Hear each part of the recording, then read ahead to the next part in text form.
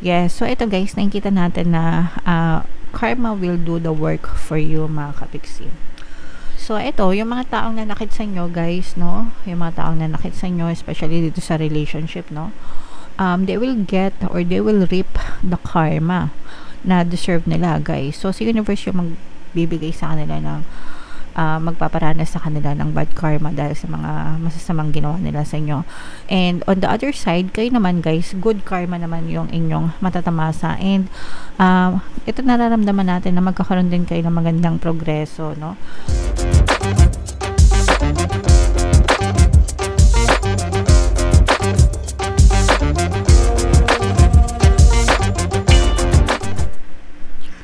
Hello guys, hello Aries, welcome back to Pinay Pixie Tarot. Ang pamagat ng episode natin for tonight is full moon kapalaran para ngayong July to August para sa Aries, Sun, Moon, Rising Sign, and Venus.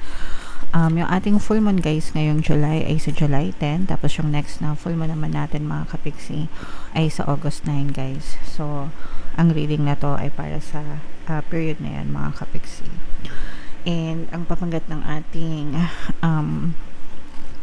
full moon ngayon ay back moon mga kapixie, okay? So, yeah. Unahin natin tong message na to mga kapixie. Ito yung ating moon message para sa inyo guys. Surrender to the divine mga kapixie. Surrender to the universe. So, yeah, especially guys kung meron tayong mga issues, mga problema sa buhay na feeling nyo hindi nyo na kinakaya mga kapixie or hindi nyo na alam ang gagawin nyo guys, just pray mga kapixie and surrender to the divine mga kapixie, no? The divine is always there to help us, to protect us, to guide us, to assist us guys, no? It's konting dasal lang mga kapixie. And si universe na yung bahala sa inyo mga kapixie, okay? Hindi, wag nyong kayanin lahat guys, no? Hindi natin makakayanan ang lahat ng mga bagay-bagay or ng mga sitwasyon sa buhay natin. So it's better to ask help from the universe. Attune to the moon guys, I am getting the answers I need, okay? So again, i-type nyo na yan sa comment section guys, I am getting the answers I need. Yung mga sagot na kailangan nyo mga kapixie, no? Dadating din yan, ibibigay din yan sa inyo ni universe, basta palagi kayo magdasal guys, okay? Additional meanings for this card guys, a wish you made may be about to come true. Wow! So yung mga dasal nyo, yung mga hinihiling nyo mga kapixie, maaaring magkakatotoo. Actually sobrang posible naman talaga guys, no? Walang imposible guys, as in lahat, mark my word mga kapixie, kasi nakapag-manifest ako ng mga bagay na imposible, mga bagay na dati iniisip ko lang but it already happened. So kung nangyari sa akin guys, kayang-kaya nyo rin. Parang yung mga wish nyo lang guys, no? Basta consistent lang kayo and you trust the universe guys, talagang ipagkakaloob yan sa inyo, okay? It's make or break time mga kapixie. It's either mapunta sa inyo or hindi mapunta sa inyo. Yun lang yung ibig sabihin nun. And kapag binitawan nyo sa isip nyo mga kapixie, kapag hindi kayo nag-persist, kapag hindi kayo nagtiyaga, syempre parang pinakawalan nyo na rin yung mga pangarap nyo. Pero pag nag-persist kayo and you stay true to your desire mga kapixie, it will be pushed out in your physical reality. So wag na wag kayong susuko guys, okay? There could be a sense of madness in the air. Breathe deep and stay calm. So sa mga kapixie natin, no, baka naguguluhan kayo, baka may mga issues kayo sa buhay. So kalmahan lang natin mga kapixie, no? Wag kayo masyadong maturete guys, okay? Makakatulong yung meditation and prayers guys, para kumalma kayo. You may need to forgive someone to release negative energy. Ito guys, very importante, no? Talaga yung forgiveness mga kapixie, para mawala yung mga negative emotions at saka yung mga blockages guys sa puso nyo, no? Kasi yung mga negative emotions talaga nagiging balakad yan sa buhay mga kapixie. It's time to let go of the past and move on. Huwag kayo masyadong magpabiktima, magpabiktim mga kapixis, no? Sa mga kanigahan ng past. Hindi nyo deserve na masaktan ng paulit-ulit dahil lang dun sa mga nangyari sa past. So, learn to let go, learn to release those negative stories and negative emotions para maging masaya kayo, para maging malaya kayo mga kapiksi. Alright? Okay, so comment down below. Guys, if feeling nyo nakaresonate kayo dyan, hanapin natin yung energy nyo, Aries. Shuffle ko to. Habang sinishuffle ko to, panoorin nyo muna guys yung video natin regarding sa ating paano mag-manifest ng abundance video course. Kapiksi, sawa ka na ba sa mga struggles at hirap sa buhay mo? Masipag ka ba at masikap sa buhay ngunit hindi ka pa rin umaasenso? Ilang beses ka na bang nag-attempt mag-negosyo at mag-invest pero palagi ka pa rin nalulugi? Sa pagkakataon na ito ay maaaring may subconscious beliefs ka na nagiging balakid sa iyong pag-unlad at pagyaman. Introducing, paano mag-manifest ng abundance video course. Dito ay matututunan mong ma-overcome ang mga balakid mo para tuluyan ka ng umunlad, umasenso, sumagana, maging matagumpay, successful at maswerte sa iyong kabuhayan, pera, trabaho, negosyo sa lapi at kaperahan ng bonggang-bongga. Dali, mag-send na ng email sa pinoypixie@gmail.com at simulan na ang iyong pagyaman ngayon. Alright, so sa lahat ng gusto mag-avail ng course guys, naka-flash sa screen nyo. Una, meron tayong paano mag-manifest ng abundance video course. Meron din tayong paano mawala ang third party at magkaroon ng harmonious na relationship. And meron din tayong paano pabalikin si ex, revise, breakup. So sa mga interesado guys, mag-send lang kayo ng email sa pinoypixie@gmail.com. So, Aries guys, kaya in-represent ng King of Swords dito sa deck na to guys. Ang fire signs ay in-represent ng Swords element. And ito naman yung ating moon energy mga kapiksi. Datag natin yung spread nyo guys. By the way, sa mga gustong matuto mag-manifest using the power of your subconscious mind and the law of attraction, pwede kayo mag-join sa ating exclusive membership program guys. I-click nyo lang yung join button sa baba nitong video. And magkakaroon kayo ng access sa mga exclusive videos natin regarding manifestation mga kapiksi. So, eto guys, this is both negative and positive mga kapiksi, no? For some of you, guys, medyo nagkakaroon kayo ng problema sa relationship ito mga kapiksi, no? Yung iba sa inyo guys, pwedeng you may be dealing with a very abusive relationship mga kapiksi. So, medyo abusive itong relationship na to guys, no? Pwedeng naabuso kayo ng person nyo. You have a lot of stress and anxieties. Marami kayong problema and challenges. And marami rin kayong pag-aaway mga kapiksi dito sa relationship na to. Although hindi naman to mag-resonate sa lahat guys, no? Pero if nakaka-resonate kayo, yes, medyo matindi yung pinagdadaanan ninyo guys sa relationship nyo. Pwedeng medyo may pagka-immature din itong person nyo. At saka medyo hindi comment down below if naka-resonate kayo. Parang hindi masyadong maganda yung tabas ng dila nitong person mo mga kapiksi. Ibig sabihin masakit siya magsalita, pwedeng palamura, ganyan, o kaya naman parang palaging galit, parang palaging mainit yung ulo nila sa inyo mga kapiksi, and kontratuhin nila kayo, ganyan.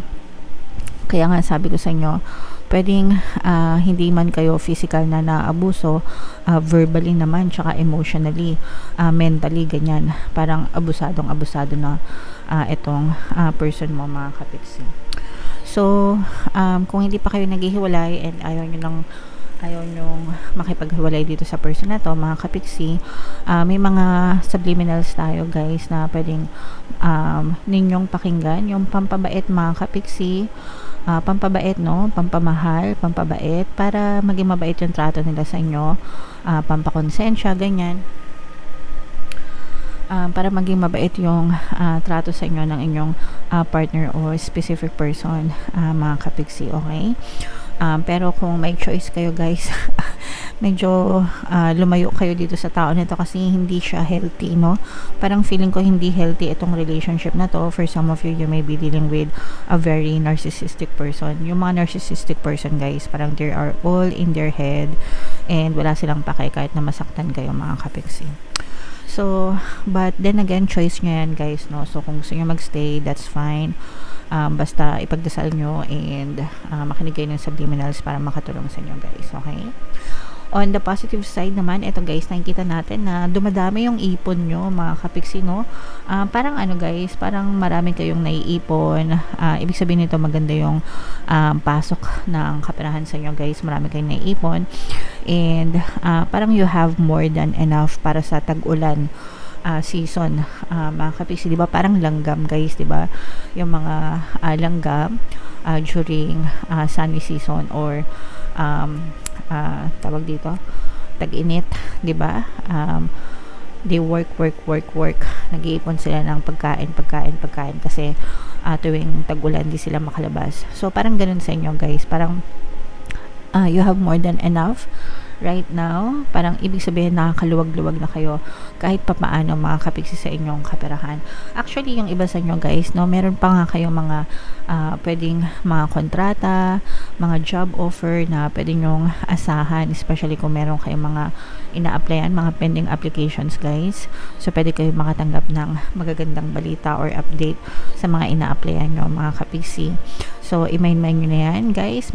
May job offer, job offer, itong money stability, mga kapiksi, no?